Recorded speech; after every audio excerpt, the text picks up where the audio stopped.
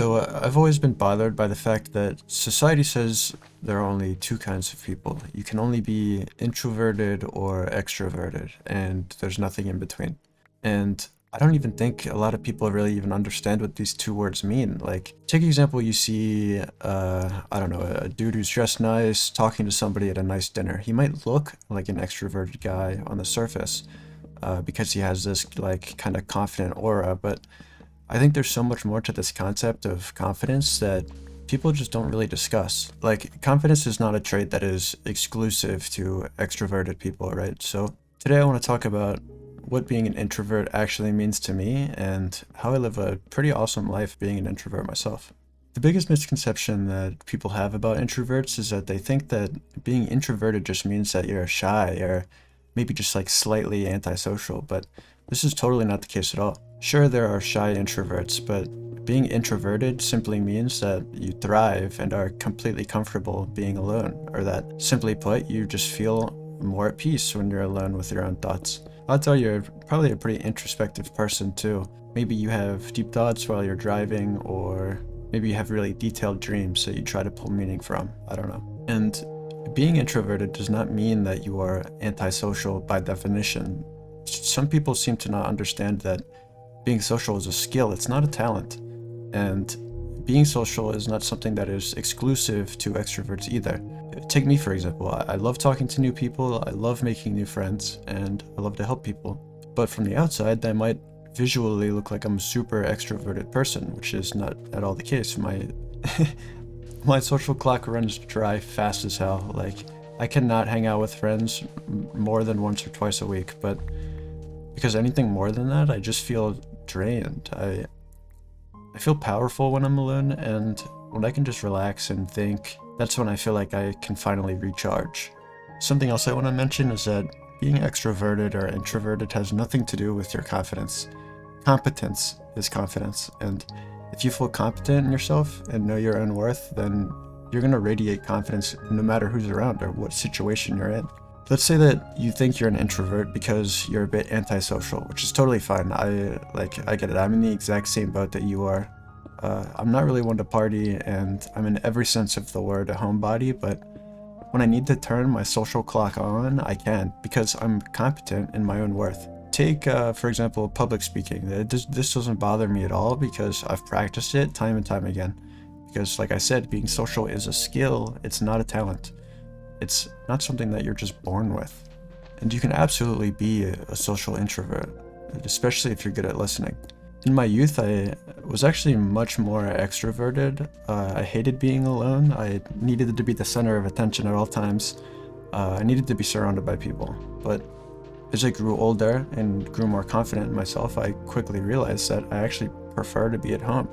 I prefer to be alone, and I prefer the peace and quiet. Let's say that you're an introvert but struggled to be social when you need to be. This is something that I struggled with for a bit of time as well. But the harsh reality is that not everybody is going to like you, and you need to be okay with that. You are going to find people that you like, and you're going to find people that you dislike.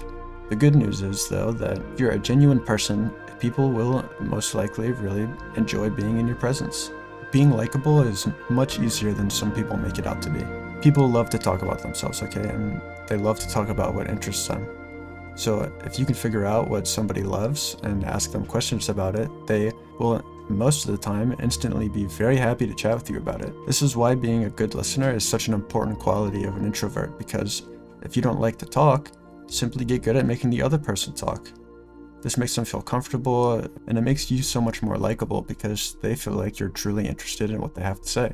Something else you need to do is simply just compliment others without needing or wanting one in return. If you like somebody's shoes, tell them.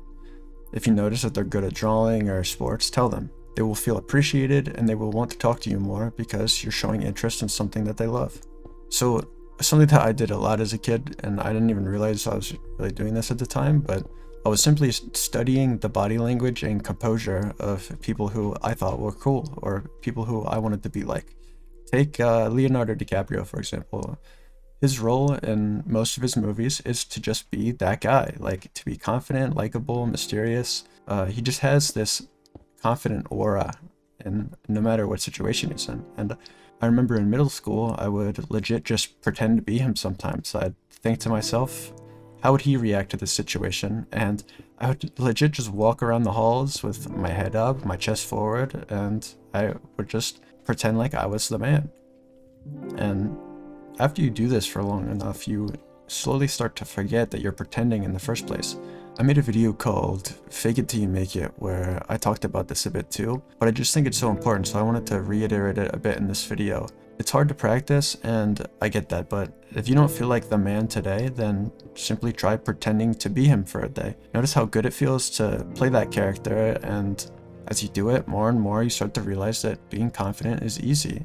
All you had to do was just practice. And I'm not saying that confidence is about being fake. I'm simply saying, if you don't know where to start, try this method because it's what worked for me.